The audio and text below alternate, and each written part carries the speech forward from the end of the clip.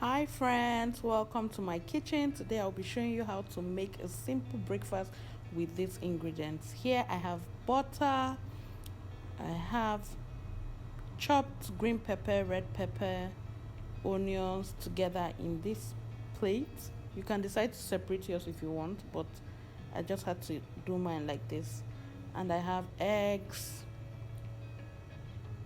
the vegetable oil, and then salt and seasoning cube. I have chopped carrots, and then I have my sliced loaf of bread. Okay, depending on the size of your family, you can choose to use more or less. Okay, so these are all the ingredients we'll be using to prepare this simple, healthy breakfast. So I'm just heating up my oil, and then I'm sauteing my onions. And if you notice, because it was in the same plate as the chopped green pepper, you will see slices of or pieces of each chopped item in the other one, just like what's currently happening now. You can see red pepper in there, but it's all good because these are ingredients that I intend to use in this meal. Now I'm just going to go in with more red pepper. You can choose to use another, the powdered one, depending on preference. Okay, now I'm going in with my chopped carrot. I like it chopped tiny bits, just so that it can get soft easily and not so crunchy in the toast. And then I'm adding a little bit of seasoning cube. This is actually optional. You can use salt instead, but I just want to use the salt and seasoning cube at the same time, right? So I'm just going to mix that properly and allow to cook on low heat. Very important, low heat. So I've whisked my eggs, and I'm just adding it bit by bit. Very important, you add it. So you make sure you go in bit by bit, like I mentioned, and ensure that it's on low heat.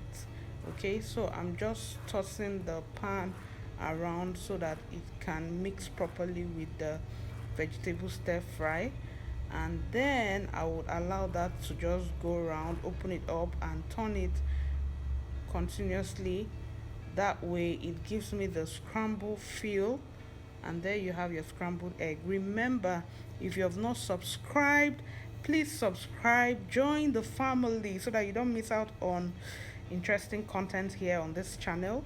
Okay, leave a comment, tell me how you make your toast, and also remember to share and give a thumbs up. Okay, the up button is below. Make sure you click on that, it helps to boost the channel. Thank you so much. And now I'm stirring it, and I will just be rubbing the butter, spreading the butter around the slice of bread, but on one side.